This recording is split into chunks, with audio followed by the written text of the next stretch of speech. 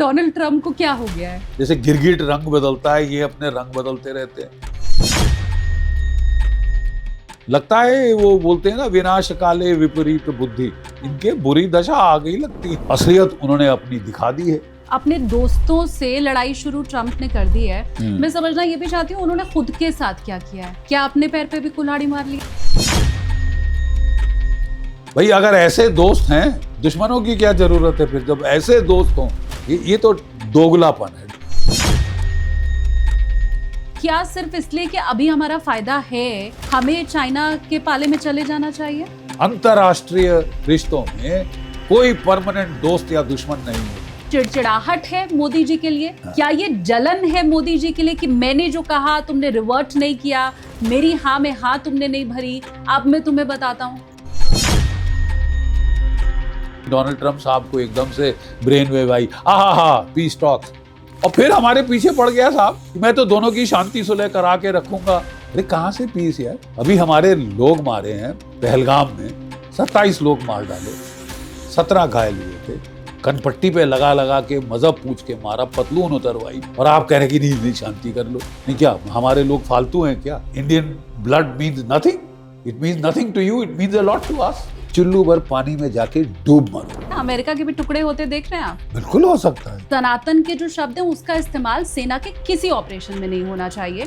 जब उन आतंकवादियों को मारा गया तो उसका नाम भी ऑपरेशन शिव शक्ति रखा गया। महादेव। ये जो हिंदू वाले शब्द रखे गए उस पर आपका क्या स्टेक है? 6 battalion Jammu and Kashmir rifles का जंगी नारा क्या है? बोल दुर्गे माता की जय। डोगरा रेजिमेंट का ज्वाला माता की जय। सिख रेजिमेंट का बोले सोनेहाल सत श्री अकाल, वाहेगुरु जी दा खालसा, वाहेगुरु जी दी फतेह। अब तुमको खुश करने के लिए हम सारे नारे बदली करें? भारत पाकिस्तान युद्ध फिर से हो सकता है? कुत्ते की दुम को जो टेढ़ी होती है आप स्टील की ट्यूब में डालें और 1 साल रखें, और 1 साल के बाद निकालें या 10 साल के बाद निकालें, तो दुम तो टेढ़ी ही होगी। भिखमंगे की तरह कटोरा लेके घूम रहा है। फटीचर मुल्क एक श्राप है कि आपके नेबर हैं। जब से ये मुल्क पैदा हुआ है, मार काट, खूना खच्चर, उसके अलावा कुछ किया ही नहीं। अगर कल दिन युद्ध की स्थिति भारत पाकिस्तान के बीच में बनी तो चाइना का सपोर्ट तो उसे हमेशा से था, अब अमेरिका का भी और खुलकर सपोर्ट आ गया है सामने। तो क्या ये भारत के लिए और मुसीबत है? मैं तो कहता हूँ कि अब जो होना है हो जाने। सारे जहां से अच्छा हिंदुस्तान हमारा। हेलो एवरीवन, अपनी कुर्सी की पेटी बांध लीजिए क्योंकि आप देखना शुरू कर चुके हैं take off with SKT. SKT यानी कि मैं शालिनी कपूर तिवारी। भारत की क्रैश लैंडिंग हो जाए इसकी कोशिश इस वक्त हर तरफ से की जा रही है। अमेरिका ने 50% टैरिफ भारत के ऊपर लगा दिया है, तो ये एक तरह से आर्थिक जंग का ऐलान है। चाइना हमेशा से ही भारत का दुश्मन रहा है, लेकिन अभी वो कह रहा है हिंदी चीनी भाई भाई। तो क्या वहां भी जंग के लिए हम तैयार रहें? पाकिस्तान वो भी हमेशा ये चाहता है कि भारत में टर्बुलेंस आते रहें, कोशिश हमेशा से उसकी यही रही है। ये अलग बात है, क्रैश लैंडिंग हमेशा उसी की हो जाती है। रशिया जो भारत का मित्र रहा है, क्या अमेरिका ये जो उलझन पैदा कर रहा है तो वो दोस्ती तो हमारी नहीं टूट जाएगी? ये सारी बातें समझने इस वक्त हम एक ऐसे शख्स के घर पर पहुंचे हुए हैं जो इन सभी देशों को, इनके राजनेताओं को बखूबी जानते हैं। जंग के मैदान पर तो इस वक्त वो नहीं है, लेकिन उनकी आवाज ही काफी है दुश्मन को ललकारने के लिए। उनकी एक दहाड़ ही काफी है कि पाकिस्तान तक आवाज पहुंचे और वहां पर लोग डर कर कांपने लगे। मैं बात कर रही हूं मेजर जनरल जीडी बख्शी साहब की, जिनके घर पर इस वक्त हम मौजूद हैं। और ये पूरा जो गड़बड़ झाला इस वक्त मचा हुआ है जियोपॉलिटिकल, बस उसी को समझने की हम कोशिश करेंगे। सबसे पहले आप बोर्डिंग पास स्वीकार कीजिए।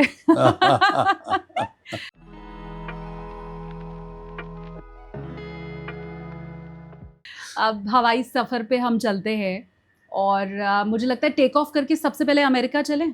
बिल्कुल बिल्कुल, that is the way to go, destination. तो ये सबसे पहले मुझे बताइए कि डोनाल्ड ट्रम्प को क्या हो गया है? देखिए, देशों के बीच जो रिश्ते होते हैं वो जियोपॉलिटिक्स पे बेस्ड होते हैं।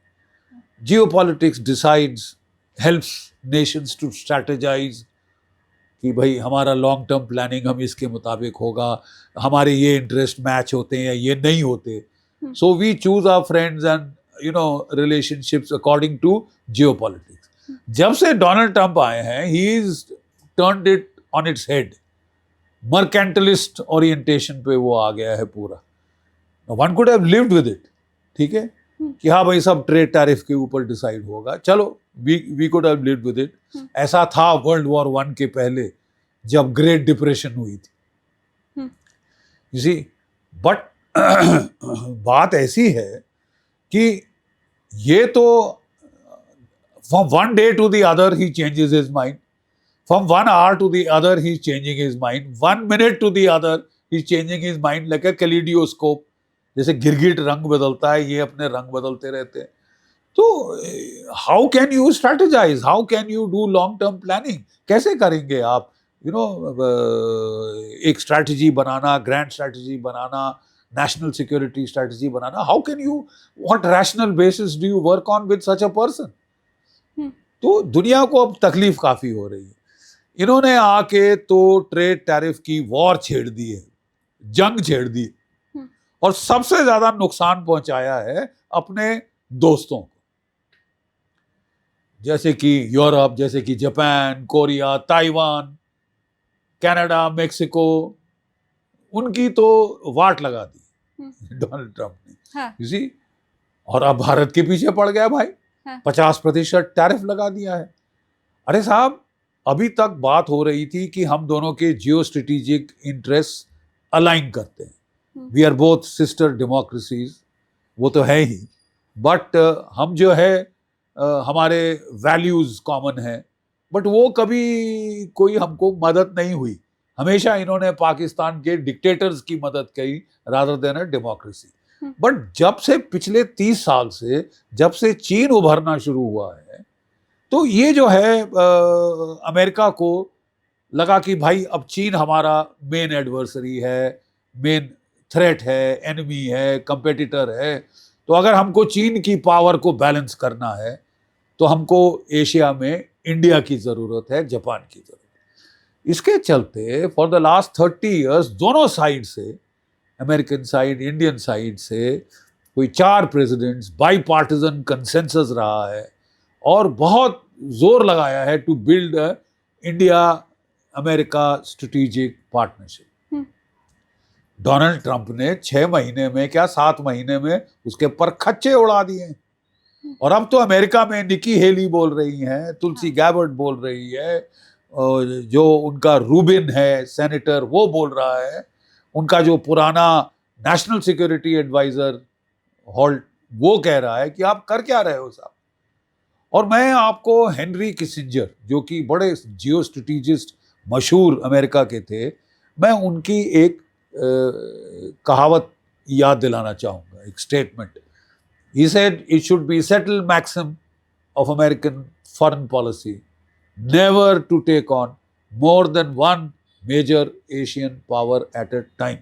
कि आधारशिला होनी चाहिए अमेरिका की फॉरेन पॉलिसी की कि एशिया की जो महाशक्तियां हैं, ठीक है, रूस, चाइना, इंडिया, कभी उन तीनों को कभी इकट्ठे आड़े हाथ ना ले, एक से ज्यादा को आड़े हाथ ना ले इकट्ठे, नहीं तो मुसीबत पड़ जाएगी।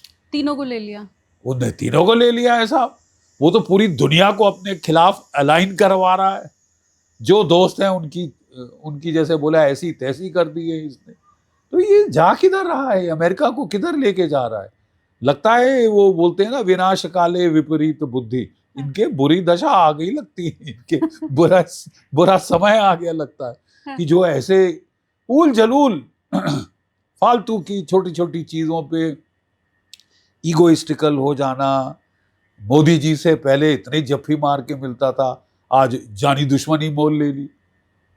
और कोई देश नहीं मिला 50% टैरिफ लगाने के लिए सिवाय भारत, और हम स्ट्रेटेजिक पार्टनर कहा जाता है। हम जब जाते थे हमारे प्रधानमंत्री वॉशिंगटन, तो कहा जाता था this is the defining strategic partnership of the 21st century, कि 21वीं शताब्दी की सबसे महत्वपूर्ण पार्टनरशिप है अमेरिका भारत की पार्टनरशिप।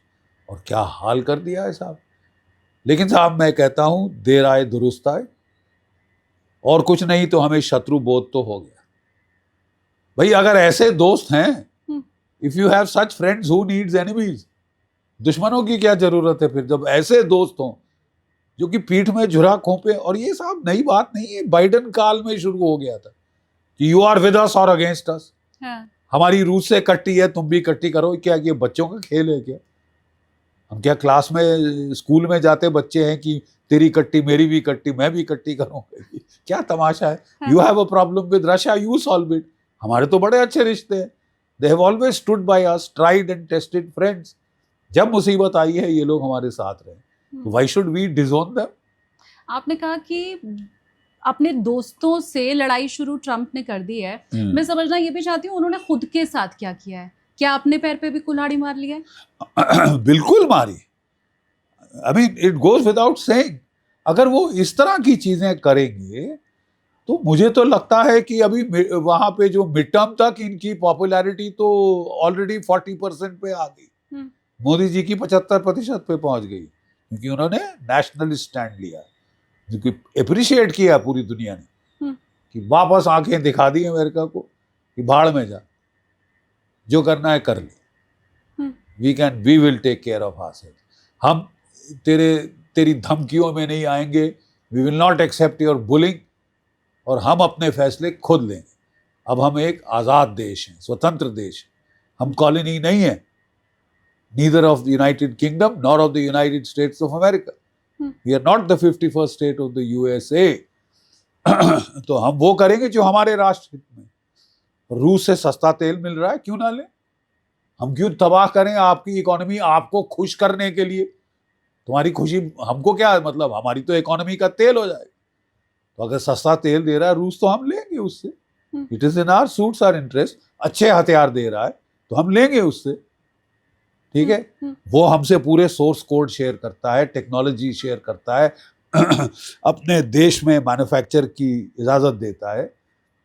तो अगर उसका हमको 5th जनरेशन फाइटर लेना है, why should we not take the Su-57, जो कि एक F-35 के दाम में 3 Fu-57 आ जाए, ठीक है? और हम अपने देश में बना सकेंगे, सोर्स कोड चेंज कर, उसके अंदर अपने मिसाइल लगा सकेंगे, फिट कर सकेंगे, जो कि ये तो बिल्कुल अलाउ ही नहीं करते। तो साहब मेरा ख्याल कोई नुकसान नहीं हुआ। कहते हैं जो भी होता है अच्छे के लिए होता है।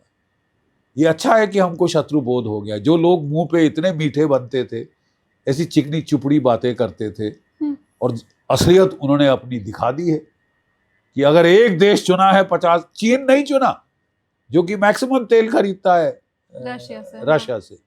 खुद आप देखें आप क्या कर रहे हैं।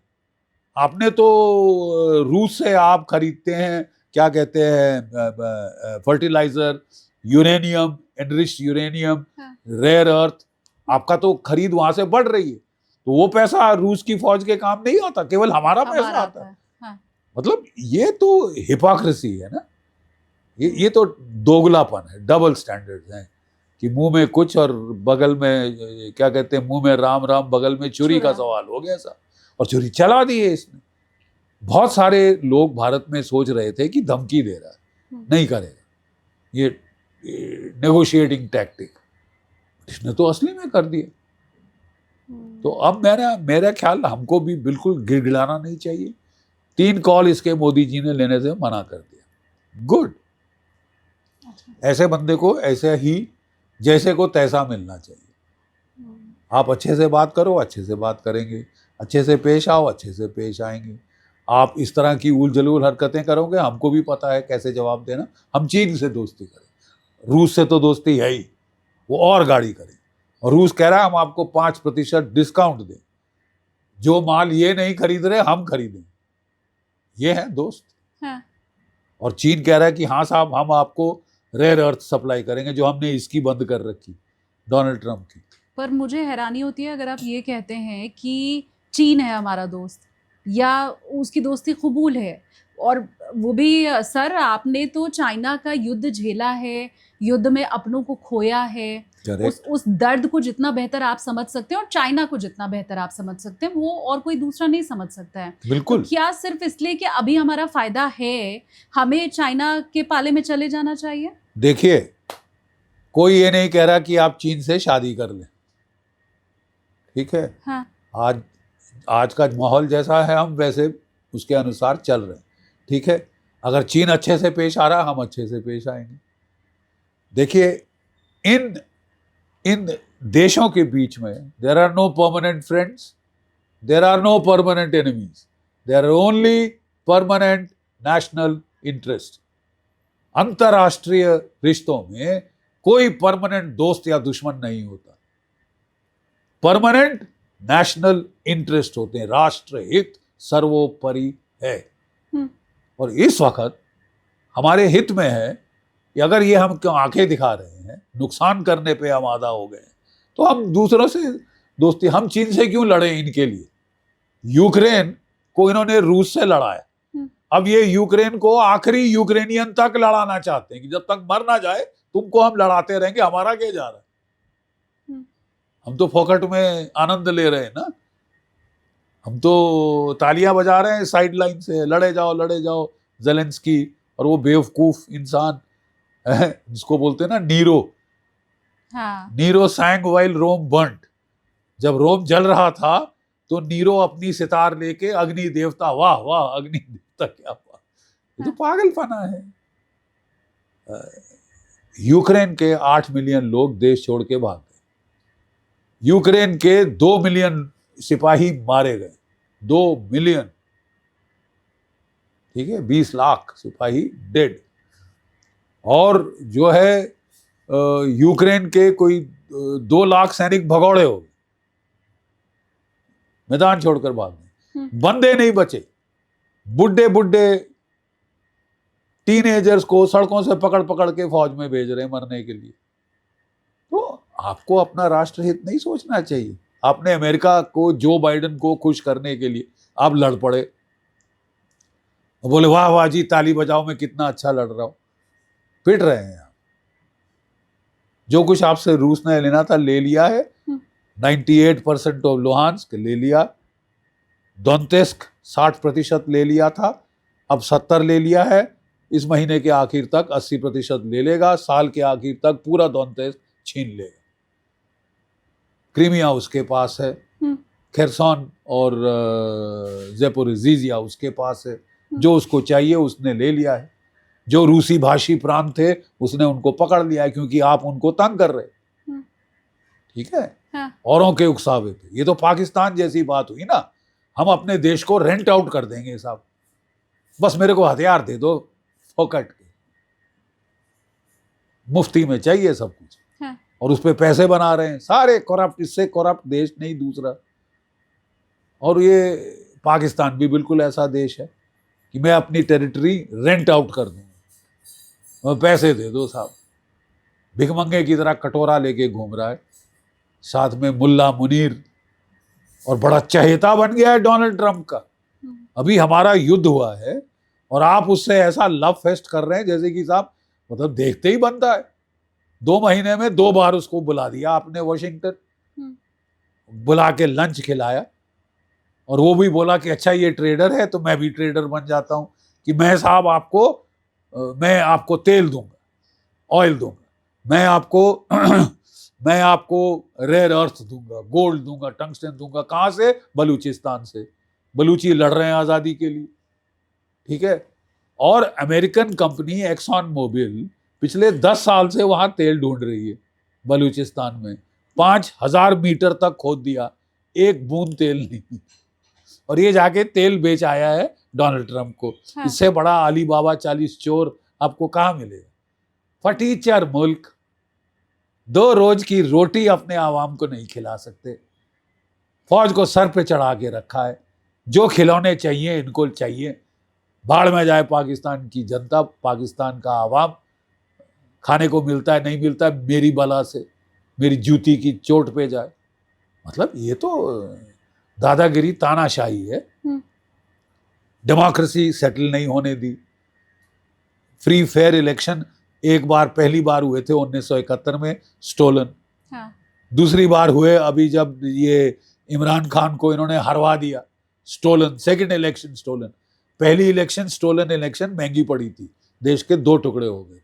ये दूसरी बार इलेक्शन स्टील की है। अब क्या 5 टुकड़े होंगे? क्योंकि मैंने आपको कई बार बोलते सुना है ये होके पाकिस्तान के लिए। रहेंगे, और हमारी मैनिफेस्ट डेस्टिनी है कि हम करके छोड़, सर दर्द बन गया है ये मुल्क का, ना चैन से जिएंगे ना जीने देंगे। We will not live in peace, we will not let you live in peace. मतलब ये एक श्राप है कि आपके नेबर हैं, तंग कर मारा है। जब से ये मुल्क पैदा हुआ है सिवाय झगड़े, फसाद, जिहाद, फसाद, मार काट, खूना खच्चर, उसके अलावा कुछ किया ही नहीं। ये जो जनरल आसिम मुनीर है ये जिया उल हक के टाइम की भर्ती है, ये जिया भर्ती की फौज है। जिया के टाइम में भर्ती हुए थे जबकि आपका मजहब फौज के प्रोफेशनलिज्म से कहीं ऊपर था। तो ये मुल्ला मुनीर पहला मदरसा एजुकेटेड जर्नल है पाकिस्तान की फौज, ठीक है।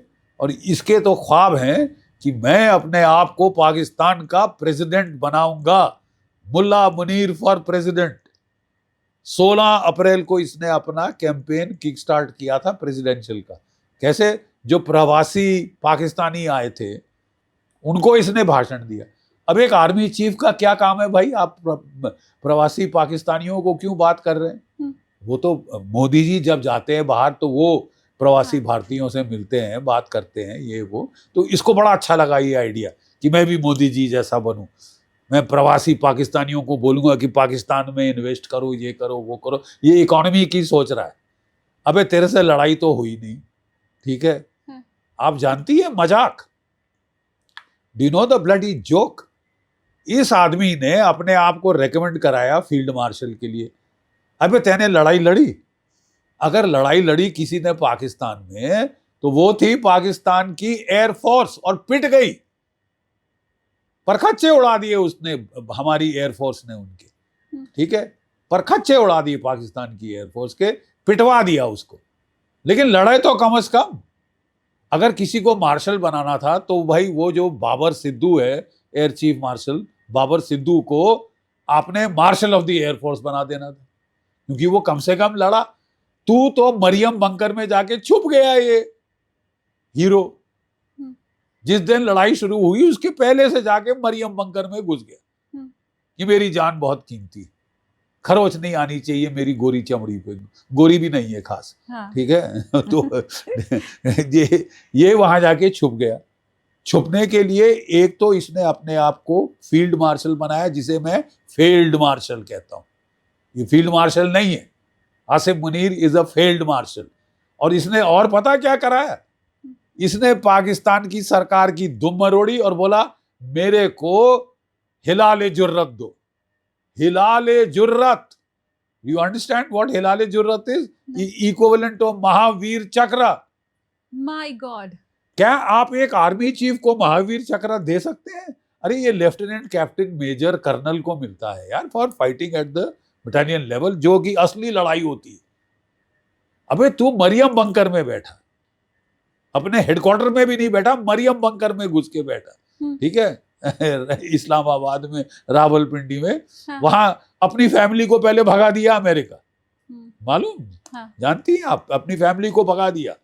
किसी आर्मी चीफ के बारे में हमने ऐसा नहीं सुना। And the hilarious joke, this man has given himself Hilal-e Jurat, an MVC, a serving chief. यानी हम फौजी शर्म के मारे पानी पानी हो गए यार। How can army chief do this? इसकी फौज क्या सोच रही है इसके बारे में? मतलब वो उनको अजीबोगरीब नहीं लग रहा कि एक आर्मी चीफ एक मेजर साहब को तगमा देने के लगाए, उसका तगमा खुद को लगा रहा। हाँ। मैं ये आसिम मुनीर और ट्रंप को लेके मेरे दो अलग अलग सवाल है। पहले अगर मैं ट्रंप के ऊपर आऊं, क्या, क्योंकि ट्रंप ने कहा था कि सीज फायर मैंने दोनों देशों के बीच में करवाया। हाँ। मोदी जी ने ये एक्सेप्ट किया नहीं, लेकिन पाकिस्तान ने तो पहले ही कर लिया तुरंत।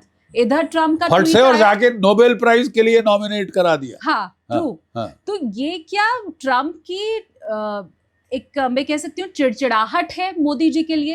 हाँ। क्या ये जलन है मोदी जी के लिए कि मैंने जो कहा तुमने रिवर्ट नहीं किया, मेरी हाँ में हाँ तुमने नहीं भरी, अब मैं तुम्हें बताता हूँ? देखिए साहब, जब एक बेटा जब एक जंग होती है, हाँ, तो क्या होता है कि कम्युनिकेशन आपस में कट हो जाती है, काट दी जाती है। हम नहीं बात करते तुमसे, ठीक है, हमने अपना एम्बेसडर बुला लिया, ये सब कर लिया, डिप्लोमेटिक प्रेशर डाला। तो ऐसे माहौल में एक कम्युनिकेटर ऑफ चॉइस चुना जाता है, कम्युनिकेटर ऑफ चॉइस, कि भाई हम उससे डायरेक्ट बात नहीं कर रहे, तो ये उसको बता देना और जो वो कह रहा है हमको बता देना कि क्या कह रहा है। उसको बोलते हैं कम्युनिकेटर ऑफ चॉइस, जो कि यूनाइटेड स्टेट्स विली निली बन गया, क्योंकि चीन तो बन नहीं सकता कम्युनिकेटर ऑफ चॉइस, हम नहीं बात करते, ठीक है, और रूस भी नहीं बनेगा क्योंकि वो हमारा दोस्त है, ठीक है। तो America by default communicator of choice बन गया। जेडी वांस एज इट इज यहाँ पे था, तो उसने पाकिस्तान रोता हुआ उसके पास गया कि मेरे आका मुझे बचाओ, पिट गए, मर गए, बचाओ बचाओ बचाओ, जल्दी करो, है। तो उसने फिर हमको बोलना शुरू किया। मतलब डोनाल्ड ट्रंप ने तो नहीं बातचीत करी, लेकिन हाँ, मार्को रूबियो ने ज़रूर मैसेज भेजे थे, फ़ोन कॉल करी थी, जेडी वांस ने फ़ोन कॉल करी थी, वगैरह वगैरह। लेकिन साहब हमने उनको क्लियर कर दिया था कि साहब उनको बोलो हमसे डीजीएमओ हॉटलाइन चालू है। तो जब डायरेक्ट बात हो गई, 5 बजे था कि हम दोनों सीज फायर अनाउंस करें, कुछ 5:30 बजे, 5 बजे डोनाल्ड ट्रंप साहब उचक के बोला मैंने दोनों के बीच में सुलह करा दी है, अब तो नोबेल पीस प्राइज मेरा है। अरे साहब, उसने रशिया यूक्रेन के बारे में कहा था कि जिस दिन मैं प्रेसिडेंट बन जाऊंगा 24 घंटे के अंदर मैं सीज फायर करा दूंगा। 24 घंटे तो दरकनार 7 महीने हो गए साहब, वो लड़ाई और तेज हो गई और फियर्स हो गई। आपने कहा था कि मैं मिडिल ईस्ट में शांति लाऊंगा, और तेज हो गई लड़ाई, ईरान पे भी कूद पड़ा, आप भी कूद पड़े। तो मतलब इनकी काफी कन्नी कटी पूरी दुनिया के सामने कि मैं शांति का प्रेसिडेंट हूँ, ये है वो है, मुझे नोबेल पीस प्राइज चाहिए। इनको सडनली लो हैंगिंग फ्रूट दिखा, ये तो मैं क्लेम कर सकता हूँ, मोदी तो मेरा दोस्त है और पाकिस्तान तो पिट रहा है, तो वो तो बड़े खुश होंगे कि अगर मैं मध्यस्थता करूँ। तो उसने जाके क्रेडिट लेना शुरू कर दिया। अब देखिए साहब, पिछले कोई 60 साल से हमारी पॉलिसी है कि कश्मीर के मामले में हम किसी की मध्यस्थता एक्सेप्ट नहीं करेंगे। हम भुगत चुके, बहुत बेवकूफ बनाया लोगों ने हमारा। पहले तो इंग्लैंड ने बनाया, फिर यूएन ने बनाया, लोग आके अपनी रोटियां सेकते हैं राजनीतिक। तो हमने कहा कि हम किसी की मदद, कोई जो बात है डायरेक्ट इंडिया पाकिस्तान के बीच होगी। अब how can we overturn this policy, क्योंकि डोनाल्ड ट्रंप साहब को एकदम से ब्रेन वेव आई, पीस टॉक्स, और फिर हमारे पीछे पड़ गया साहब कि मैं तो दोनों की शांति सुलह करा के रखूंगा, ये तो हजारों सालों से लड़ रहे हैं। अरे साहब, हमको आजाद हुए 75 साल में, ठीक है, आप कह रहे कि साहब हजारों सालों से लड़ाई हो रही। तो थोड़ा पढ़ तो ले, या आपका स्टाफ ब्रीफ नहीं करता इनको। अरे साहब, president of the United states, इतने बड़े बड़े इंटेलिजेंट पढ़े लिखे स्टाफ हैं, मिलिट्री स्टाफ, CIA स्टाफ, ये सब डोमेन एक्सपर्ट्स, एरिया एक्सपर्ट्स, वो सारे ब्रीफ करते हैं प्रेसिडेंट, अमेरिकन प्रेसिडेंट को। ही कांट अनाप शनाप थोड़ी ना वो अर्गल शर्गल बोल सकता है। I mean, he's such a big man, ठीक बात, president of the United states. और आपको समझ नहीं आ रहा कि वो बैकग्राउंड क्या है। इतना तो समझ लेते कि इन दोनों देशों के बीच कुत्ते बिल्ली का वैर है, और आप समझते हैं कि आप चुटकी मारेंगे तो पीस। क्या है, कोई दुम हिलाते अल्सेशंस हैं? हाँ मेरे आका, पीस पीस पीस। अरे कहाँ से पीस यार? अभी हमारे लोग मारे हैं पहलगाम में, 27 लोग मार डाले, 17 घायल हुए थे, ठीक है, बेकसूर लोग मारे, उनका मजहब पूछ के मारा, पत्नी के सामने पति की कत्ल किया, बेटे के सामने बाप को मारा, बेटी के सामने पिता को हत्या करी, कनपट्टी पे लगा लगा के मजहब पूछ के मारा, पतलून उतरवाई, ये किया वो किया। क्या बकवास। और आप कह रहे कि नहीं शांति कर लो। नहीं, क्या हमारे लोग फालतू हैं क्या? Indian blood means nothing, it means nothing to you, it means a lot to us. We will not let one Indian be killed, और अगर आप मारेंगे तो उसका अच्छा खासा बदला लिया जाएगा, जैसे इजराइल लेता है। 1200 मारे थे इनके 7 अक्टूबर को, 2 साल पहले, ठीक है, और अभी तक कोई 2.5 लाख से ऊपर मर चुके हैं। दूसरी हिजबुल्ला, हाउती, हमास, हाँ। 2.5 लाख के ऊपर मर चुके हैं। वो तो दांत भींच के पड़ गए, टूट के। तुम जरा छू के तो देखो, इजरायली को हाथ लगाओ, तुम्हारी ईंट से ईंट बजा देगी। That is the way to go. अब भारत ने भी इस नीति पे आ गया है। नहीं तो हमारे यहाँ अहिंसा परमो धर्म, अगर कोई एक गाल पे चांटा मारता है तो दूसरी गाल आगे करो। क्यों? मुंह नाक क्यों ना तोड़े तुम्हारा? What nonsense is this? चुल्लू भर पानी में जाके डूब मरो। It is time to hit back. अहिंसा परमो धर्म महाभारत से आता है ये वाक्य। अफसोस की बात यह है कि आपको केवल उसका पहला हिस्सा बताया जाता है। ये शांति पर्व का है ये श्लोक। और पता है इसका दूसरा हिस्सा क्या है बेटा? अहिंसा परमो धर्म, धर्म हिंसा तथैव च। अहिंसा परमो धर्म है। बेवजह किसी चींटी की भी जान मत लो, चींटी को भी मत मारो। अगर आप चल रहे हो, चींटी जा रही है तो हट के चले। ये हिंदू धर्म सिखाता है, बौद्ध धर्म, all Indian faiths teach this. ठीक है, लेकिन अहिंसा परमो धर्म, लेकिन धर्म की रक्षा में हिंसा उससे भी उत्तम है। ये नहीं किसी को बताया, ये ब्लैंक आउट कर दिया गांधीगिरी गांधीगिरी। काफी हो गई गांधीगिरी साहब। इसका मतलब जितने मर्जी भारत में घुस के मारते जाओ। आपको पता है पिछले 30-40 सालों में हमारे 81,000 भारतीय शहीद हो गए हैं टेररिज्म की वजह से। 21,000 पंजाब में, 45,000 जम्मू कश्मीर में, और उसके बाद इंडियन मुजाहिदीन ने बम फोड़ने शुरू किए थे। दिल्ली, मुंबई, कलकत्ता, अहमदाबाद, बेंगलुरु, जहां देखो बम फट रहे थे। 15,000 उसमें शहीद हो गए। स्टार्टिंग विद दी, वो ट्रेन में बम फोड़े थे, 200 लोग मारे गए थे। हाँ। 26/11 175 लोग मारे गए थे, शामिल 165 भारतीय और 10 कोई 5-10 मंदिरों में बम foreigner। फोड़े गए थे। मंदिरों में बम काशी फोड़े में गए, हनुमान काशी जी में के बम मंदिर फोड़े, में। काशी हर जगह ये तो बम फोड़े जा रहे। हमारे लोग मार रहे, और हम हाथ पे हाथ धर के बैठे, अहिंसा परमो धर्म। यू डिजर्व अ किक यार। थैंक गॉड ये सरकार आई है, इन्होंने कम से कम ठोकना तो शुरू किया है।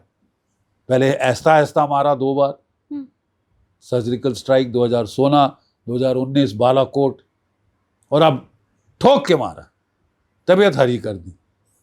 जब मैं हर रोज टीवी पे जाता था ऑपरेशन सिंदूर के टाइम, तो मेरे से पूछा, बख्शी जी अब सीज फायर हो गया है, आपका क्या कहना है? मैंने बोला ये दिल मांगे मोर, 2-3 दिन और ठोक लेते ताकि तबीयत हरी हो जाती इनकी भी। हाँ। हरियल की तरह नाचते फिर रहे कि हम जीत गए, हम जीत गए। क्लियर कर देना था ना कि कौन जीता कौन हारा। पिट गए हो बुरी तरह, छुपा रहे। नूर खान का बंकर बस्ट हो गया, ठीक है, और वहां इन्होंने डोजर चलवा दिया, वहां की लाशें भी नहीं निकाली। जो टूटी लाशें तो क्या, टूटी फूटी हड्डियां शड्डियां भी बाहर नहीं निकाली। ये दुनिया को पता चल जाएगा कि हम पिट गए। क्योंकि ऑपरेशन सिंदूर की बात हो रही है सर, मैं आपको बताऊं कि जो सबसे पहली गोली चली थी पहलगाम में शुभम द्विवेदी के ऊपर, उनकी वाइफ का पॉडकास्ट करने हम कानपुर गए थे जी। मैं वो बताऊंगी भी तो शायद मैं रोने लगूं। आप अगर वो पॉडकास्ट देखेंगे, एक तरफ ऐशन्या रो रही हैं, दूसरी तरफ उनका रोना देख के मुझे रोना आने लग गया। ऑपरेशन सिंदूर तब तक हुआ नहीं था, और उसके बाद भी हमने पॉलिटिशियंस का, ऑपोजिशन के कुछ लीडर्स का इंटरव्यू जब किया तो उनका ये कहना था कि ऑपरेशन सिंदूर नाम ठीक नहीं है। उनका ये कहना था कि जब सेना लड़ती है तो उसमें हिंदू मुस्लिम नहीं होता है, इसलिए हिंदूवादी शब्दों को, सनातन के जो शब्द हैं उसका इस्तेमाल सेना के किसी ऑपरेशन में नहीं होना चाहिए।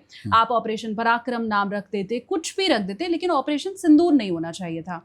और फिर उसके बाद आपको याद होगा कि कश्मीर में जब उन आतंकवादियों को मारा गया तो उसका नाम भी ऑपरेशन शिव शक्ति रखा गया। Mahadev, operation Mahadev, operation Shiv Shakti. तो इसमें भी उन्हें आपत्ति थी, क्योंकि आप सेना में रह चुके हैं, सेना के कल्चर को आपने देखा है। वो बेटी ऐशन्या जिसका रोना मैंने सुना था, जिसे किसी ऑपरेशन के नाम से मतलब नहीं था, वो ये चाहती थी कि मजा बस चखाया जाए, पाकिस्तान को जवाब दिया जाए, करारा जवाब दिया। हाँ, तो ये जो हिंदूवादी शब्द रखे गए, हाँ। उस पर आपका क्या स्टेक है? मेरी पलटन 6 battalion Jammu and Kashmir rifles का जंगी नारा क्या है? बोल दुर्गे माता की जय। डोगरा रेजिमेंट का नारा क्या है? ज्वाला माता की जय। सिख रेजिमेंट का जंगी नारा, युद्ध घोष, जय घोष क्या है? बोले सोनेहाल, सत श्री अकाल, वाहे गुरु जी दा खालसा, वाहे गुरु जी दी फतेह। राजपूत रेजिमेंट का क्या है? हनुमान का हूं प्यारे। अब तुमको खुश करने के लिए हम सारे नारे बदली करें? अरे भाई, जहां के लड़के आते हैं, जहां का ज्यादातर मूलतः वो लोग हैं, एक पलटन में अगर वो जो राजपूत है, जाट है, सिख है, गढ़वाली है, बोल बद्री विशाल की जय, क्या कहेंगे आप? बदली करो। तुम्हारा मुंह फिट है, कभी लड़ाई का तुमने शक्ल नहीं देखी, आसपास नहीं फटके, और फौज के पीछे हाथ धो के पड़ गए कि साहब हम सिखाएंगे फौज को कैसे लड़ा जाता है, सेकुलर वे में लड़ेंगे। What bloody nonsense, absolute. वो महादेव नाम रखा क्योंकि वो जो पहाड़ का नाम महादेव, महादेव हिल है, वो जम्मू कश्मीर के अंदर श्रीनगर के पास, जहां पे उनको ठोक दिया, रगड़ दिया। कुत्तों की तरह भागते, कुत्ते नहीं भागते, छछूंदरों की तरह भाग रहे। ठीक है, भूखे प्यासे वहां पड़ गए, तो फिर अपना फोन कॉल किया तो क्रैक से हमने इंटरसेप्ट कर लिया और लोकेट कर लिया और मार डाले। सो गए थे कोई कमांडो, उनमें से एसएसजी के कमांडो थे ये लोग, खासकर जो उनका वो था सैफुल्लाह, और उसका क्या नाम था, कोड साइन मेरे को अभी याद आ जाएगा, मैं आपको बताना चाहता हूँ। ये कमांडो था। इतनी भूख लगी थी, इतने थक के 100 किलोमीटर भाग के वहां से आए थे, पहाड़ों जंगलों के जरिए, रिज पकड़ पकड़ के। ठीक है, क्योंकि जान की पड़ी थी, जान के लाले पड़े हुए थे। मेरे इलाके में एक बार ऐसा किया था इन्होंने, वहां पे हिंदू मारे थे। कहाँ? किश्तवाड़ में, जब मैं वहां सेक्टर कमांडर था। ये कौन से साल की बात है? मैं बात कर रहा हूं आपको सन 2001 की। अच्छा। सितंबर। हाँ। वहां एक गांव में गए, बस जहां लास्ट बस स्टॉप था, वहां से हिंदू पकड़े, 4 घंटे नाले ऊपर ले गए, 5 को मार डाला, 1 को छोड़ दिया, बोले जा बख्शी को बता दे। ठीक है, और 10 दिन के बाद दूसरे गांव में जाके टागुड़ में मारे, 8 मार दिए, औरतें, बच्चे, बूढ़े। ये भी हिंदू थे? ये भी हिंदू सारे। 1 छोड़ दिया, जाके बख्शी को बता दे। फिर हफ्ता 10 दिन नहीं बीते थे, गुलाबगढ़ गांव में गए और वहां पे 13 मारे, सारे हिंदू, औरतें, बच्चे, बूढ़े। औरतें बच्चे मारे यार। तो मैं तो परेशान हो गया, मेरे पे इतना दबाव, आप समझ सकती हैं कितना दबाव। मैं सेक्टर कमांडर, दिल्ली से कॉल, वहां से कॉल, क्या हो रहा है ये मैं कहा साहब 3 पलटने थी मेरे पास, 7,500 स्क्वायर किलोमीटर का इलाका कंट्रोल के लिए था। एक पलटन आपने लेके मेरे प्रोटेस्ट के बावजूद आपने सड़क पे लगा दी कि नहीं तेरा एरिया इंपॉर्टेंट नहीं, तो मेरे फिर मारकाट होगी। मेरे पास 2,000-2,500 ट्रूप्स रह गए। ठीक है, और 7,500 वर्ग किलोमीटर पहाड़ी क्षेत्र। अगर मैं 1 किलोमीटर में 1 सिपाही लगाऊं तब भी 2/3 इलाका खाली होगा। तो मैं यहां जाके बचाऊं तो वहां मारेगा, वहां जाके बचाऊं तो इधर मारेगा, मेरे को तो घुमाता रहेगा मेरी गो राउंड।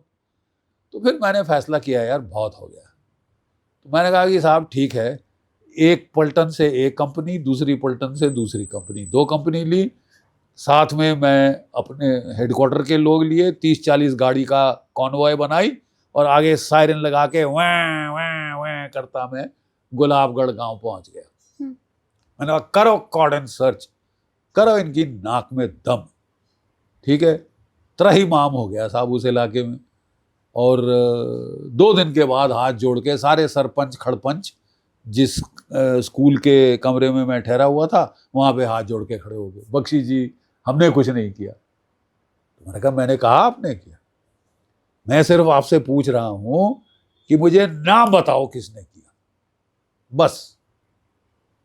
ठीक है, तो आपस में कानाफूसी करी, बोलो या तो यहाँ से जाएगा नहीं, हमारी आफत कर देगा, क्योंकि कॉर्डन सर्च में काफ़ी तकलीफ होती है लोगों को, सब घर खाली करके बाहर बैठना पड़ता है, मर्द अलग, औरतें बच्चे अलग, और ये वो, और सारा घर सर्च होते हैं, सब कुछ होता है, करना पड़ता है।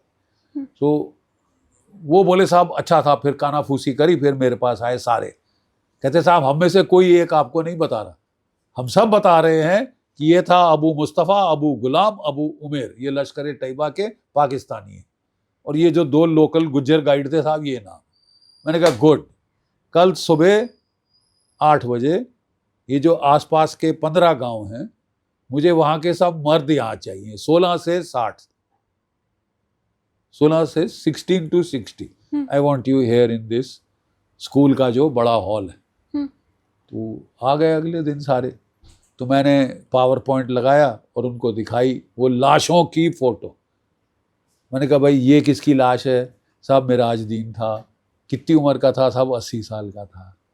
ये उसकी वाइफ, ये कितने साल की थी? साहब 72 साल की थी। ये लड़का कितने साल का था? 5। ये कितने का? 8। ये बिटिया कितने साल की थी? 6। इतने ऐसे ऐसे लोग उन्होंने मारे, औरतें, बच्चे।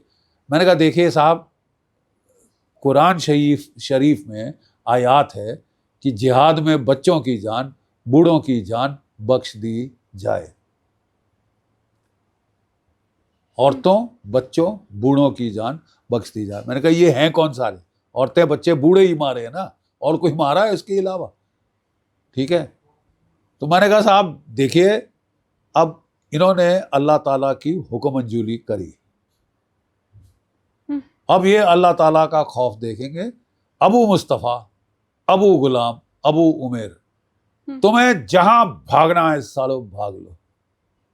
हिंदुस्तान की फौज हाथ धो के तुम्हारे पीछे, चाहे मुझे 1 हफ्ता लगे, चाहे 1 महीना, चाहे 1 साल, जहन्नम के किसी भी कोने से ढूंढ निकालूंगा और कुत्ते की मौत जला के मारूंगा तुमको, ताकि कयामत के दिन तुम्हारी रूह खड़ी ना हो। तुमने अल्लाह ताला की हुक्म मंजूरी करी, ठीक है, भाग जहां भागना, ठीक है। और मैंने कहा, और बाकी से मैं कहूंगा कि देखो यार, लड़ाई अगर है हमारे बीच में तो है, ठीक है, लेकिन औरतें बच्चों को इससे अलग रखो। औरतें, बच्चे, बूढ़ों को करोगे तो मैं हाथ धो के, भाड़ में गए बाकी टेररिस्ट, मैं हाथ धो के पीछे पड़ जाऊं। तो मैं वो धमकी दे के वापस आ गया, ठीक है। 1 हफ्ते के अंदर जो मेरा टॉप सोर्स था, गुज्जर 6 फुट 3 इंच का, वो आ गया मेरे हेडक्वार्टर के बाहर। तो बोले ब्रिगेडियर साहब से मिलना, तब मैं ब्रिगेडियर था। तो मैंने बुलाया अंदर, हाँ भाई क्या खबर लेके आया? तो बोले हाथ में खुजली हो रही है, पैसा दो। अच्छा, तो टिप के बदले पैसा? हाँ, खबर के पैसे के लिए खबर देते हैं। अच्छा। हाँ, तो गरीब लोग हैं। तो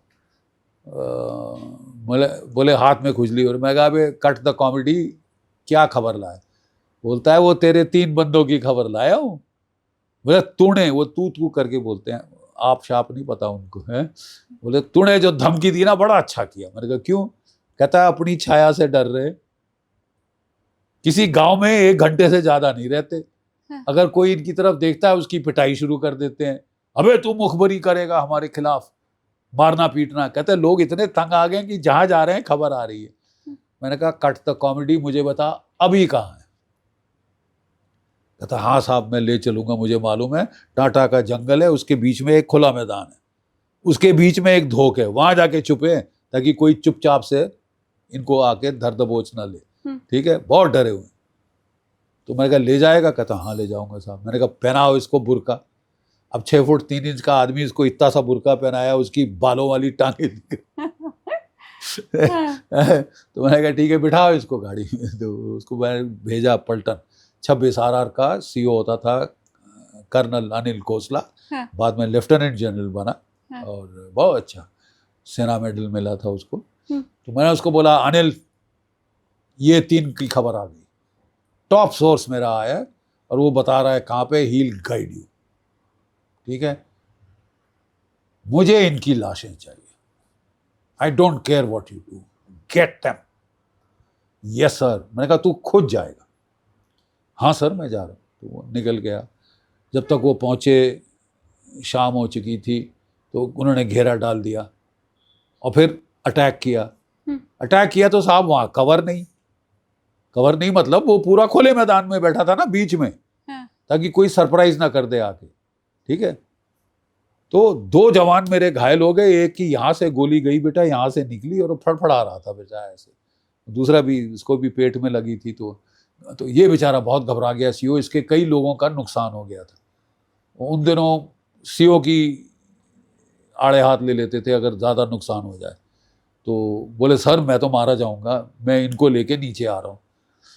मैंने कहा अनिल किसी हालत में घेरा नहीं छोड़ोगे, मैं आके तेरे लड़के ले जाऊंगा। मैं कहता सर अब तो हेलीकॉप्टर भी नहीं आएगा, ये तो बाई रोड जाना। मैं बाई रोड पहुंचाता हूँ यार, 2.5 घंटा दूर है ना उधमपुर यहाँ से। कमांड हॉस्पिटल को बता दिया है, सर्जन ऑपरेटिंग थिएटर खोल के बैठ, तेरे लड़कों को मैं बचाऊंगा, लेकिन तू घेरा नहीं छोड़, क्योंकि हमको अभी रेडियो इंटरसेप्ट आया है कि अबू मुस्तफा, अबू गुलाम, अबू उमेर फौज के घेरे में है। अरे कुछ करो यार, वो फौज उनकी खून की प्यासी है, बहुत बुरा मारेंगे सालों को। कुछ करो, उनका ध्यान बटाओ, ये करो वो करो वो करो, यू नो। तो एनीवे मैं वहां पहुंचा, I reach there, I took the boys out, had them sent with the RMO. वो बच गए। उनका सुबह तक पहुंच गए, 5-6 बजे तक उनका ऑपरेशन हुआ, गोली दिमाग से निकाल दी, बच गए, दोनों लड़के बच गए। मैंने कहा now Anil go for it. First light पे उन्होंने दोबारा हमला शुरू किया और फिर उनके 1-2 लड़के और घायल, कोई कवर नहीं। तो मैंने बोला मेरे भाई तू अटैक क्यों कर रहा है? बोले सर और क्या करूं? मैंने कहा तेरे पास फ्लेम थ्रोअर है, रॉकेट लॉन्चर? बोले हाँ। मैंने कहा उड़ा दे पूरी धोख, उड़ा दे। मेरे को इनको कोई प्यार जताने की जरूरत नहीं है, ये कमीने हैं, इन्होंने इतने लोग मारे, ठीक है, इनको मार डाल। तो कहता सर मैं जला दे धोखे। वो जो रशियन थर्मोबारिक रॉकेट लॉन्चर होता है वो गोला फायर करता है और जहां जाके फटता है 8 मीटर के दायरे में 1000 degree temperature at the core. Can you imagine? आपका खाना कितने पे पकता है? 200 डिग्री पे। 1000 डिग्री सेंटीग्रेड। तो बोला सर मैं तो चला दूं, लेकिन अगर अंदर कोई सिविलियन हुआ और वो मारे गए तो फिर तो मेरी खाट खड़ी हो जाएगी कि सिविलियन क्यों मारे। तो मैंने कहा बड़ा सीधा इलाज है, लाउड हेलर लो और अनाउंस करो हम ये धोख जला रहे हैं, झोपड़ी जला रहे हैं, अगर कोई सिविलियन अंदर है 10 गिन रहे हैं, हाथ खड़े करके बाहर आ जाओ, नहीं तो तुमको जल जाओगे इसके साथ। तो जहां अनाउंस किया अंदर से ठेठ पंजाबी में माँ बहन की गालियां, ठीक है, ठेठ पंजाबी। तो मैंने बोला यार कश्मीरी पंजाबी तो नहीं बोलते ना? अब समझ आ गया ये कौन है? बोले सर हाँ है। तो सर लेकिन सर मेरा ख्याल रख लेना ये वो कि कहीं कुछ हो गया, सिविलियन कनपट्टी पे लगा रखा है, हो सकता है डरे हुए बोल नहीं रहे हो। तो मैंने बोला देख यार we have to take that risk, I don't think there are any civilians, ये किसी को ले के नहीं आते क्योंकि ये इतने डरे हुए हैं कि कोई हमारी मुखबरी करेगा, लेके आना तो इनकी फटाक मुखबरी हो जाती ना। I don't think there is any civilian.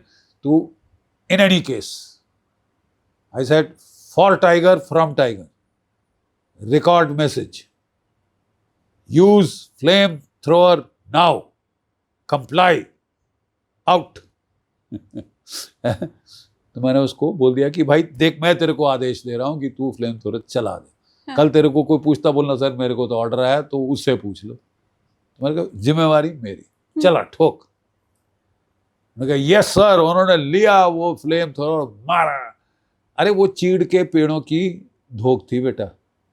अच्छा। चीड़ के पेड़ों की धोख थी और उसमें चीड़ में गोंद होती है, और जैसे चीड़ जलता है ना और कोई पेड़ नहीं जलता। हाँ। भड़ करके वो तो 200 300 फुट 400 फुट लपटें पहुंची, ठीक है, और कोई आधे घंटे में जल के राख पूरी झोपड़ी, धोक बोलते हैं उसको, हाँ? और इतना धुआं, इतनी गर्मी की वो जा नहीं सके पास। जब वो थोड़ा ठंडा पड़ा तो मैंने भाई जाके देखो यार, वही 3 मारे कि कोई और है? हाँ। तो वो लोग गए तो कहता है सर लाश, क्या लाश? सही बात है। यहाँ तो सर कहता है कि चूरा की लाइन दिख रही सर, जहाँ रीढ़ की हड्डी होती थी और जहाँ ये सबसे मोटी हड्डी ये होती है, ये और ये, हाँ। मतलब सर 2 लाइनें वहाँ हैं, तो 3 लाशें तो ये दिख रही हैं, मतलब ये चूरा। मैं कहा ले फोटो ले चूरे की, हथियार किधर है? कहते सर वो तो ढूंढना पड़ेगा। मैं कहा नहीं ढूंढो, हथियार बहुत जरूरी है, उससे साबित होगा कि ये कौन थे। तो उन्होंने ढूंढा ढांढा तो उनको हथियार मिल गए, 3 AK-47 राइफल, और AK-47 का जो लकड़ी का हिस्सा होता है सब जल गया था, और जो स्टील की नली थी हाँ। वो ऐसे यू की शेप में बेंड हो गई थी, इतनी गर्मी थी। मेटल की नली ऐसे बेंड हो गई थी यार, मैंने पहली बार देखा है अपनी 37 साल की सर्विस में। मतलब बहुत कुत्तों की मौत मारे थे। मैं कहा फोटो फोटो फोटो, बोले ठीक है सर, ले लिए। अगला आदेश, मैंने कहा तू कंपनी लेके आ जा, ठीक है, हम लोग जा रहे हैं गुलाबगढ़। तो वही कॉन्वॉय लगाई, सायरन लगाया, वाँ वाँ वाँ करते पहुंच गए हम लोग। हाँ। और बोला कि 15 गांव आसपास, सारे मर्द 16 to 60 in that hall tomorrow. तो अगले दिन आए, पावर पॉइंट लगाया हुआ था, और पावर पॉइंट लगाया तो पहले मैंने दिखाई हिंदू लाशों की फोटो, ठीक है साहब, और बोले कि साहब ये आपको याद है? बोले जी जी जनाब, भी जनाब, बड़े डरे हुए। मैंने कहा अब इसका अंजाम देखो। मैंने अगली फोटो दिखाई तो कुछ समझ नहीं आया, उनको सिर्फ राख का ढेर दिखाई दिया। मैं कहा नहीं नहीं नहीं नहीं, मैं आपको समझाता हूँ। मैंने लेसर पावर वो पॉइंटर लिया, बोला देखो ये टांग की हड्डी, ये रीढ़ की हड्डी, ये जल के मारे हैं, कुत्तों की मौत मारे हैं, ठीक है, कयामत के दिन इनकी रूह खड़ी नहीं। ये ज़रूरी भी था मुझे लगता है उन सब के अंदर डर बैठाने के लिए, ताकि अगर वो मदद कर रहे हैं तो कम से कम आगे The से वो only चेंज answer आए। to such terror is selective counter terror, ठीक है, डराओ जो लोगों को डरा रहा है। पर सर मैंने तो ये नोटिस किया कि 2001 में हाँ। जाओ जाके बख्शी को बता देना, हाँ। से 2025 में जाओ जाके मोदी को बता मोदी देना। को बता देना, इसी से तो मेरे को याद आया ये वारदात। हाँ। तो मैंने भी बदला लिया था और मोदी जी ने भी अच्छा खासा बदला लिया है। देखिए मंजूनाथ थे एक, जो अपनी वाइफ और बच्चे के साथ पहलगांव गए थे, ठीक है, और जो वहाँ पे आए, जब वो चाय पी रहे थे वहाँ पे बैसुंड घाटी क्या थी, हाँ, बैसुंड वैली, वहाँ पे चाय शाय पी रहे थे बेचारे, अपनी फैमिली, बड़े खुश हो रहे थे सब लोग।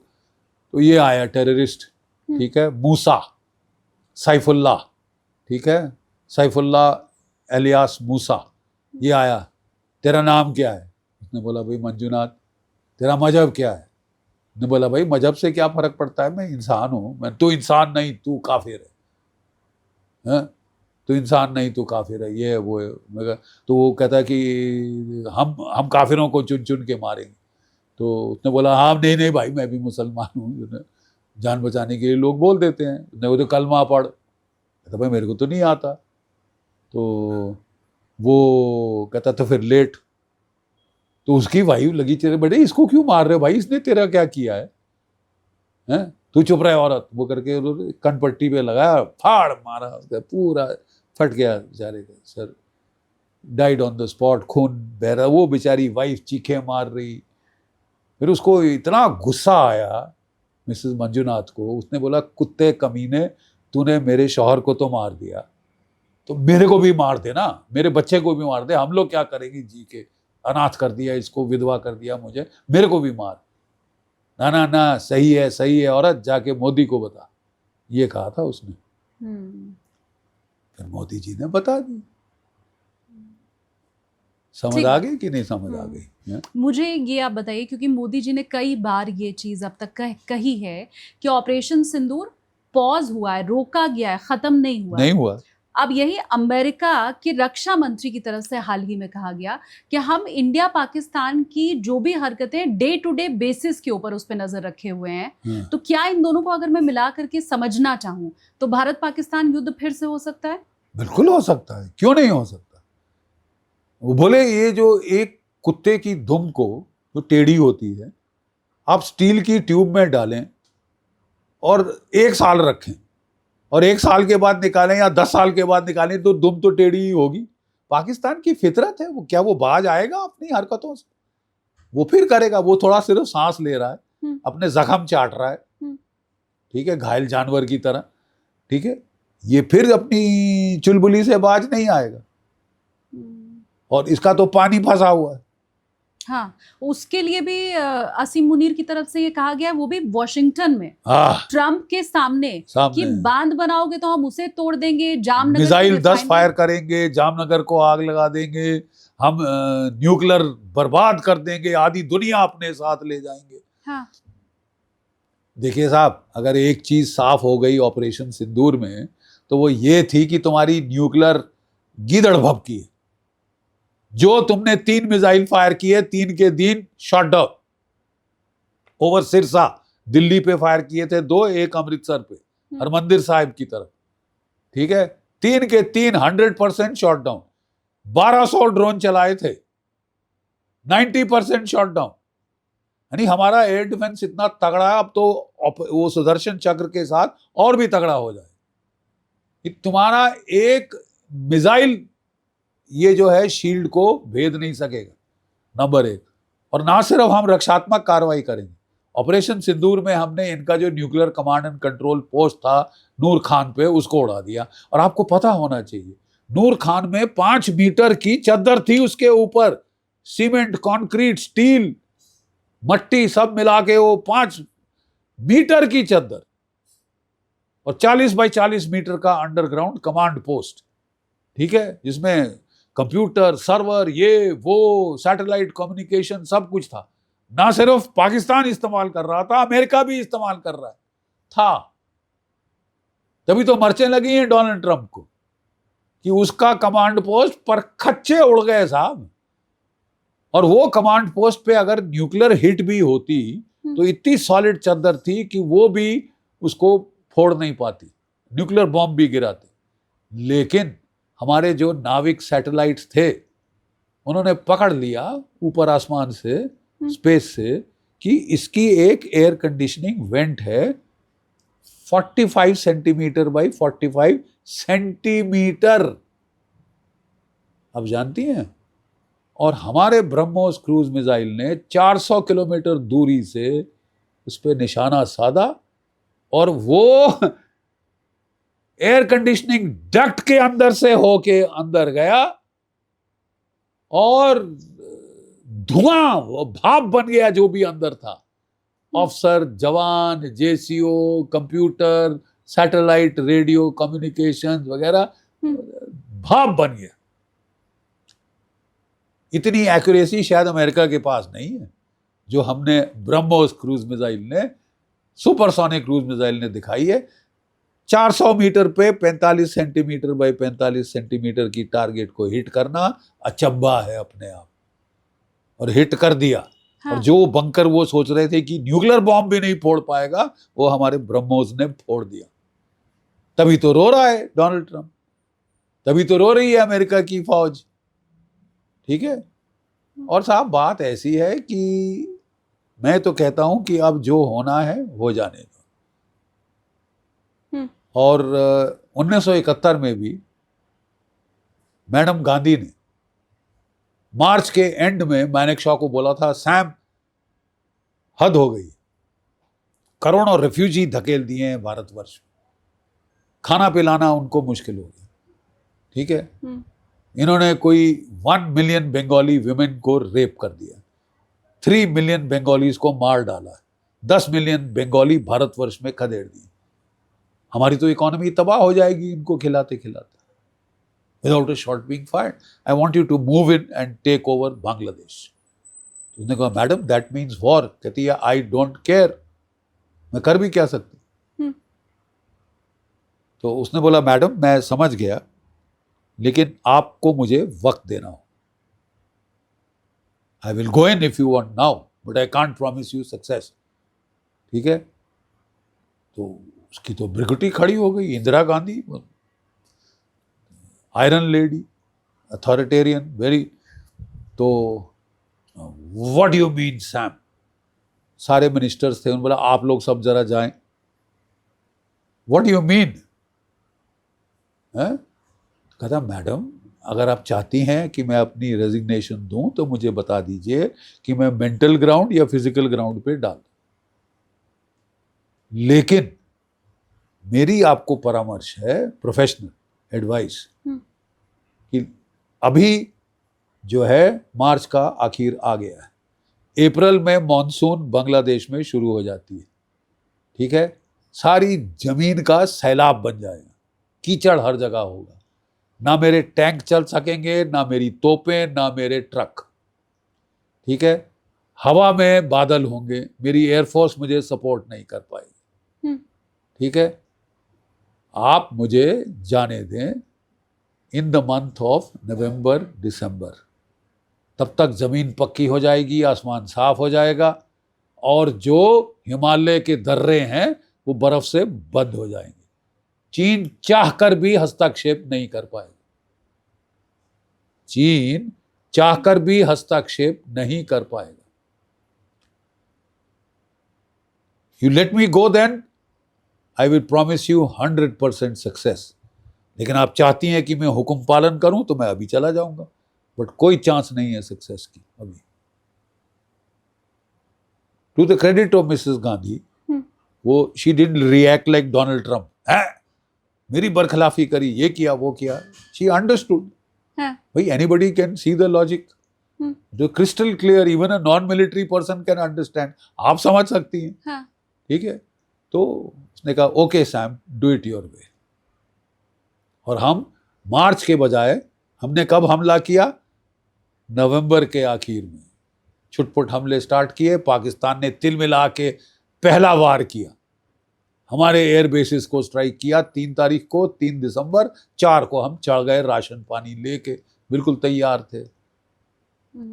जो ब्रिजिंग इक्विपमेंट हमको वेस्ट से ईस्ट मूव करना था वो मूव कर दिया था। हिमालय के फ्रंट से बहुत सारी डिविजन्स निकाल के बांग्लादेश पे लगा दी थी।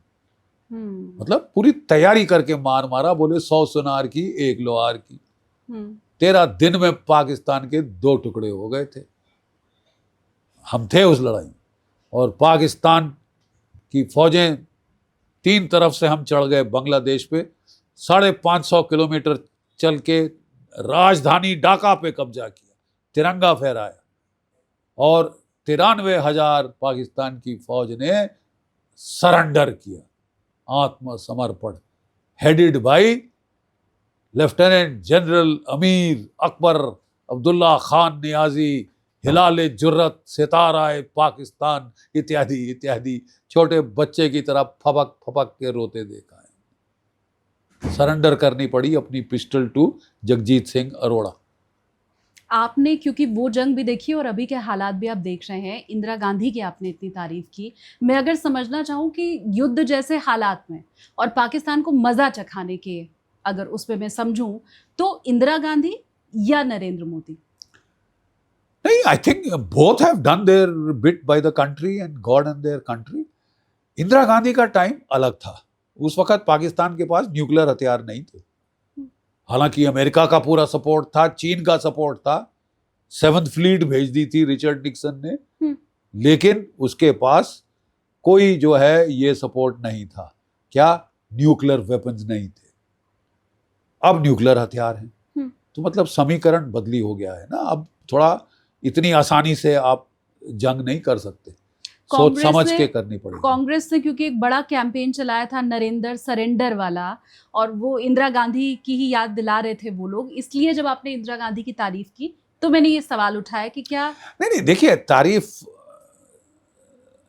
माफ कीजिए, तारीफ के काबिल है। हमने वो लड़ाई देखी हुई है, इसलिए कह रहे हैं। मतलब I have no political affiliations. वो तब प्राइम मिनिस्टर थी, हम उनको सैल्यूट करते थे। नरेंद्र मोदी आज प्राइम मिनिस्टर है, हम उनको सैल्यूट करते हैं।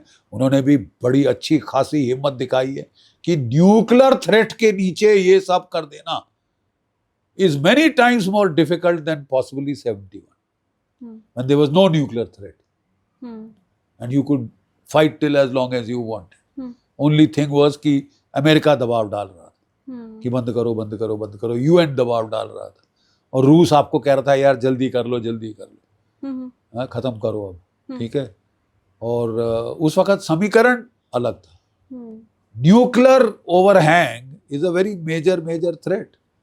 भाई न्यूक्लियर वॉर तो कोई नहीं, ना हम चाहते हैं ना पाकिस्तान चाहता है, लेकिन कि अगर पाकिस्तान बेवकूफ़ी कर बैठता तो डर के मारे पतलून गीली करके मैं तो गया तो न्यूक्लियर बॉम्ब फायर ऑफ कर दूं तो मुसीबत हो सकती है। आप ज्योतिष मानते हैं? हाँ, ज्योतिष पर यकीन है? हाँ, मैं वैदिक ज्योतिष। वैदिक ज्योतिष। हाँ। मैंने हाल ही में एक एस्ट्रोलॉजर अंकित अग्निहोत्री का पॉडकास्ट किया, वो अब तक मिलियन में व्यूज उसके हो चुके हैं। उसमें उन्होंने 2-3 बातें बताई हैं। पहला उन्होंने ये कहा है, मैं एक एक करके सब पे आपका कमेंट लूंगी। उनका ये कहना है कि डोनाल्ड ट्रंप के ऊपर महाभियोग चलेगा, दूसरी बार चलेगा। उनकी हरकतें क्या आपको भी ऐसी लगती हैं? देखिए वो थोड़े से आई थिंक वो अपने आप पे बहुत प्रेशर ले रहे हैं, वो हर चीज सेंट्रलाइज कर रहे हैं। हम जब सेना में थे तो हमको बोला जाता था कि जितना आप ऊपर जाते हो उतना डिसेंट्रलाइज, उतना डेलीगेट करना चाहिए। Let your subordinates do their work. हर चीज का फैसला मैं लूंगा, हर ट्वीट मैं करूंगा, कोई मेरा स्टाफ वगैरह इन्वॉल्व नहीं होगा, कोई इनपुट नहीं लूंगा, कोई कुछ नहीं करूंगा, बस मैं अकेले बैठ के मैं फैसला। इतना ट्रम्प 25%, 10%, 12, 15, ये सारी दुनिया भर से लड़ाई मोल रखी, वो थक रहे। सीधी बात जो हम देख रहे हैं ऑन द टीवी स्क्रीन, जब वो उतरते हैं एयरक्राफ्ट की सीढ़ियों से, साइड पकड़ के उतरते हैं, पहले नहीं उतरते थे साइड पकड़ के, मतलब घुटने उठने दर्द। भाई मैं भी 75 का हो गया हूँ, मेरे भी घुटने दर्द कर रहे हैं, मेरे को भी रेलिंग पकड़ के उतरना पड़ता। तो ये हम सब देख रहे हैं। He is over centralising, he is tiring himself. और मुझे लगता है वहां पे जो डीप स्टेट है वो उन पे हावी हो रही। जो डीप स्टेट है, CIA, स्टेट डिपार्टमेंट वगैरह, ये जो डीप स्टेट है ये उन पे हावी हो गई। वो नहीं चाहते यूक्रेन की लड़ाई बंद हो, तो वो इनको ऐसा फंसाया है कि जितनी भी शांति की बात इन्होंने कर ली, ये नहीं रोक पाए। और अब अपनी ईगो लेके ये भारत के खिलाफ पड़ गए हैं, तो कोई बात नहीं। भारत, हम कोई छोटा मोटा 2 किलोमीटर बाई 3 किलोमीटर का देश नहीं है ये। ठीक बात। सबसे बड़े लोकतंत्र हम हैं। सबसे बड़ा लोकतंत्र दुनिया का, 1.4 billion Indians and very youthful population. लड़ने को आ जाए तो इससे ज्यादा लड़ाई कोई नहीं कर सकता। ठीक है साहब। और अगर अमेरिका समझता है कि वो यहाँ पे हमला करेगा, जैसे वेनेजुला को धमकी दे रहा है, तो इट कैन थिंक अगेन। काफी सौदा महंगा पड़ सकता है।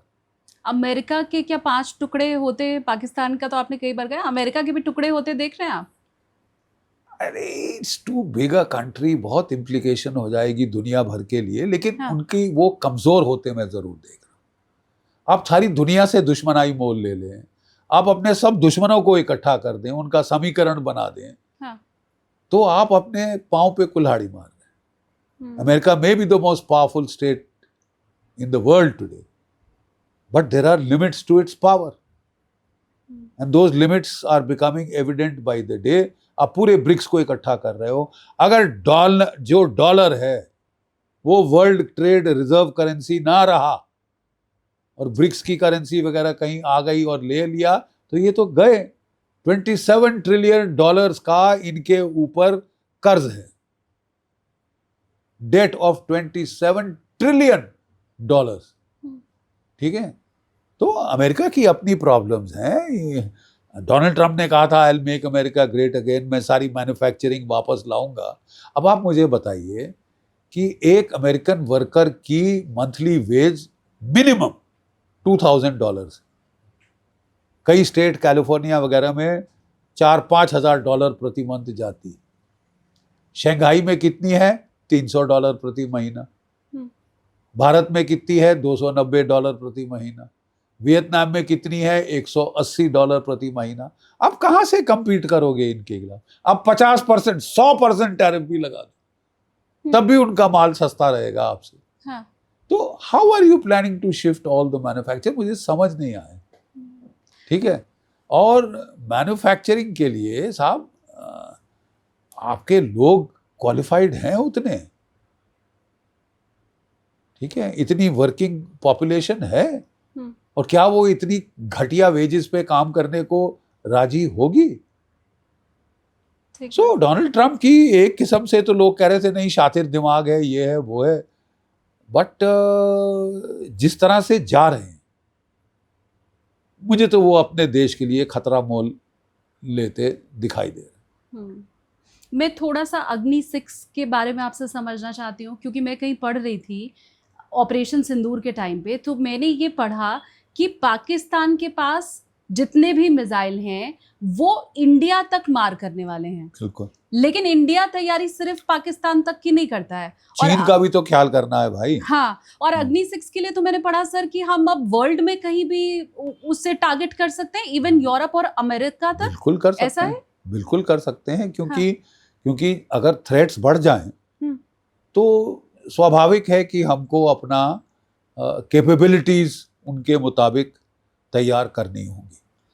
इससे ज़्यादा मैं नहीं कहूँगा, लेकिन अपनी कैपेबिलिटीज आपको बढ़ानी होगी। ऑपरेशन सिंदूर पर आपकी बुक भी आ रही है सर? मेरी किताब आ रही है, it is in print now. Knowledge world है मेरे पब्लिशर, और वो मैडम निकाल रही हैं, Kalpana Shukla ji. She is taken out all my military books, और नेताजी सुभाष चंद्र पे जो बुक है, तो ये book I think I am the first to do a book on Operation Sindoor in India and abroad. I haven't seen any other book come out.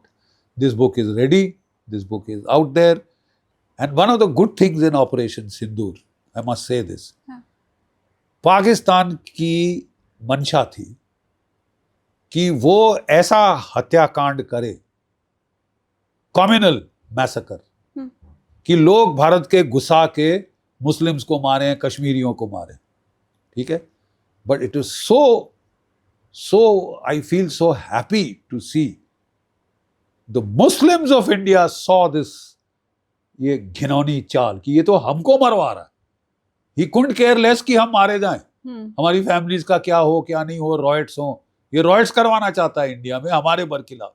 So they understood, और हुक्म पास हुए कि साहब हर मस्जिद में पाकिस्तान को कोसा जाएगा। ठीक है, एंड ओवैसी और ये they went around all countries of the world pleading the case of India. ठीक है, and I have never seen such national unity that we saw during Op Sindoor. Even Kashmir में लोगों ने कैंडल मार्च कश्मीर में लोगों ने कैंडल मार्च किए, कश्मीर ने टेररिस्ट के खिलाफ पहली बार हड़ताल करी है। बिल्कुल। And you saw Omar Abdullah what he said, that was so gratifying. The whole nation as one. It united the nation. Hindu, Muslim, Sikh, Jain, Isai, Christian, everybody. हम सब भारतीय हैं। बिल्कुल। You know, that was the best part of Operation Sindoor. इधर पूरा भारत एक हो गया, और अब तो मुझे लग रहा है कि वो जो चाइना अलग था, ट्रम्प के चलते चाइना और भारत भी एक आ रहा है, तो ये तो हमारे लिए फेवर की सारी बातें हो रही हैं। नहीं, अच्छा देखिए, जो कुछ होता है अच्छा, I am a great optimist. जो कुछ अच्छा होता है अच्छे के लिए हो रहा है। अभी तक अमेरिका के जो बाइडेन साहब, डोनाल्ड ट्रंप साहब ऊपर से मीठी मीठी बातें कर रहे थे, जपियां मार रहे थे, और पीठ में छुरी घोंप रहे थे। अब शत्रु बोध तो हो गया साहब, अब आप साफ दुश्मन हैं, तो फिर हम अपना बचाव करेंगे। We have all rights to defend ourselves. हमने तो नहीं छेड़ा जानबूझ के आपको, या आपका हमारे साथ और कश्मीर से क्या लेना देना। ठीक है, आप तो बड़ी शांति कराने चले थे, और अब जो है मुल्ला मुनीर वॉशिंगटन जाके न्यूक्लियर धमकियां दे रहा है, और आप नोबेल पीस प्राइज के इच्छुक हैं। तो ये शोभा देता है कि तीसरी कंट्री जाके, आपके देश जाके भारत को वो न्यूक्लियर थ्रेट दे रहा है। 2% का है फील्ड मार्शल, अपने आप को महावीर चक्र दिलवा एक को नोबेल पुरस्कार शर्म आनी चाहिए। हाँ। एक को महावीर चक्र, ये कहता है कि मुझे शहादत चाहिए। ठीक है, अगली बार तेरी इच्छा पूरी कर देंगे। कर देंगे। एक और बहुत अहम सवाल जो मुझे लगता है आप ही ठीक से समझा पाएंगे।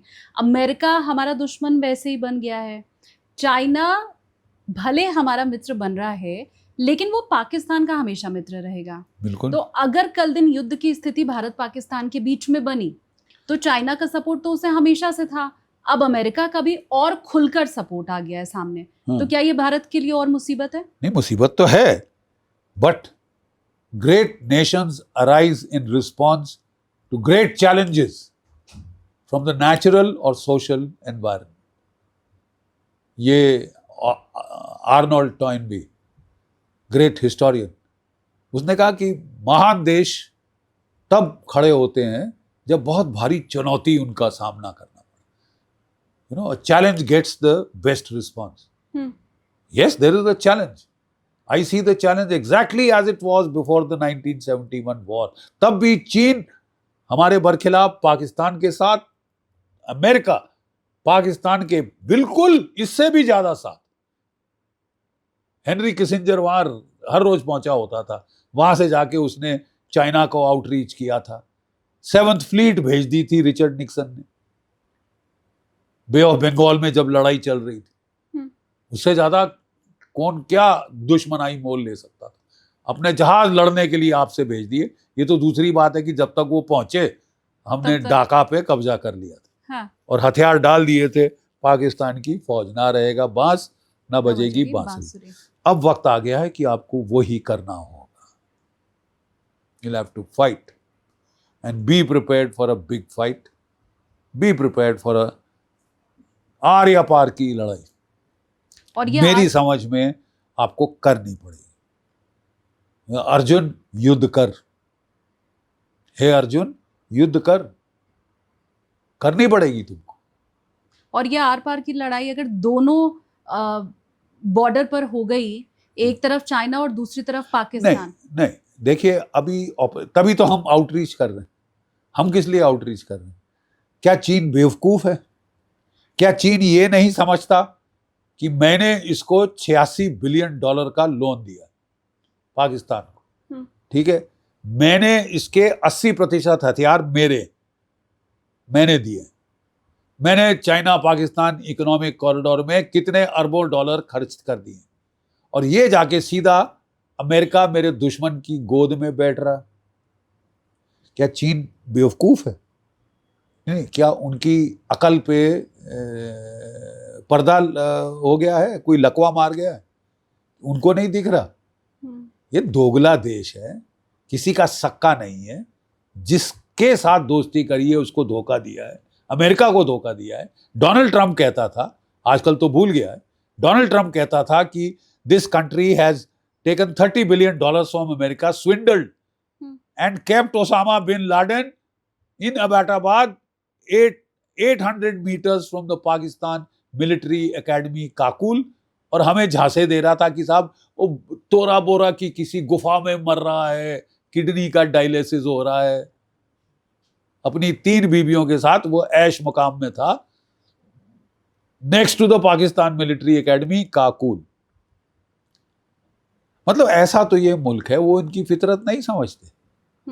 और हमको भी अब सीधी बात करनी चाहिए चीन से कि भैया तुम भी जरा देख लो, जब सीज फायर कराना था तो तुम्हारे पास नहीं गया रोता हुआ, अमेरिका की गोद में जाके बैठा। क्योंकि पाकिस्तान के जर्नैल, इनके बेटे, इनके बच्चे, बीवियां, ये जाके अमेरिका में रहना चाहते हैं, यूके में रहना चाहते हैं, वहां प्रॉपर्टीज खरीदते हैं। अमेरिका तो कभी भी इनको घुमा दे, हथियार कहीं से भी मिले, चाहते तो ये अमेरिका के हैं। और मुल्ला मुनीर साहब पहुंच गए कि मुफ्त में हथियार मिलेंगे, मुफ्त में। डोनाल्ड ट्रंप मुफ्त में नहीं देगा, ठीक है, और आपके पास खरीदने के पैसे नहीं, ठीक है। अब देखते हैं आप करते हैं क्या। तो देखिए, ऑपरेशन सिंदूर में चाइना ने कोई डायरेक्ट हिस्सा नहीं लिया था, पीरियड। हथियार पहले के दिए हुए थे, हाँ इंटेलिजेंस शेयरिंग कर रहा था, वो तो करेगा, ठीक है। और लेकिन हमको भी उनको क्लियर करना चाहिए कि भाईजान तुम भी सोच समझ के अपने दोस्त चुनो, ये किसी को भी धोखा दे सकता।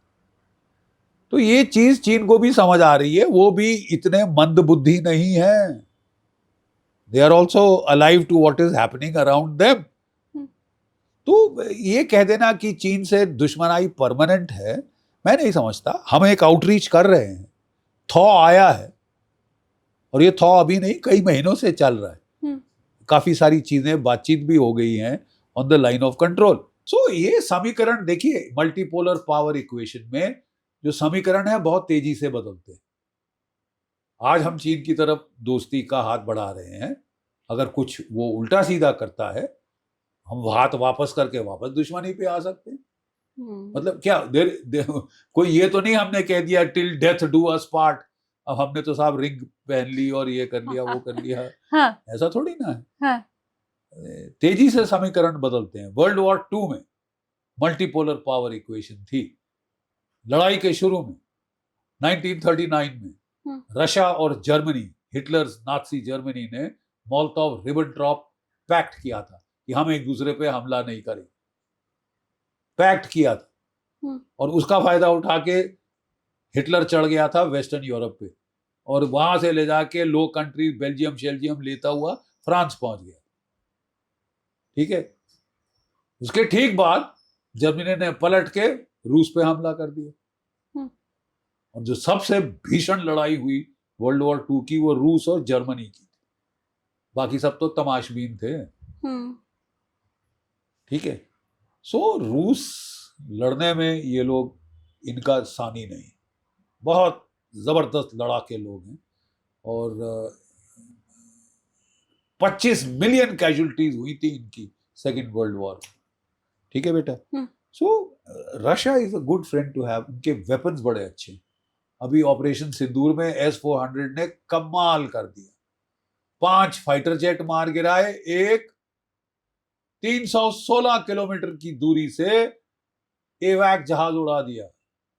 रिकॉर्ड, वर्ल्ड रिकॉर्ड है। इतनी दूरी पे किसी मिसाइल ने ठोका नहीं है दुश्मन का जहाज, दुश्मन की जमीन के ऊपर। ये नहीं कि हमारे इलाके में आया था तो हमने मारा। हाँ। दुश्मन की जमीन में घुसकर मारा, घर में घुस के मारने का जो क्या है, हाँ। उसने पूरा करके दिखाया है। तो अच्छे हथियार हैं। तो हमको अगर अमेरिका इस तरह तंग करेगा, इस तरह नुकसान पे आमादा होगा, हमारे कितने सारे लोगों की नौकरी गई है, जो बेचारे टेक्सटाइल सेक्टर में थे, जो कारपेट सेक्टर में थे, ज्वेलरी में थे, जेम्स ज्वेलरी, उनकी नौकरियों को नुकसान हुआ, पेट पे लात पड़ी। तो ये कोई अच्छी बात तो नहीं है साहब। आपने ट्रस्ट तो दोनों देशों में खत्म कर दिया, कल शायद फिर सुलह हो जाए, क्योंकि समीकरण बदलते रहते। बिल्कुल। मिस्र, रोम, यूना सब मिट गए जहां से, कुछ है हम में कि मिट सकती नहीं कभी हस्ती हमारी, सदियों रहा है दुश्मन दौरे जमा हमारा, सारे जहां से अच्छा हिंदुस्तान हमारा। So on that optimistic note, we'll do the landing. हाँ, thank you so much sir, फिर से दिल से आपका शुक्रिया। और अब क्योंकि हम तो लैंड अब हो ही चुका है जहाज, और अच्छे से हुआ, कोई क्रैश लैंडिंग नहीं हुई हमारे पॉडकास्ट की। इसलिए thank you sir. God bless you. जय भारत, जय हिंद। जय हिंद। Thank you.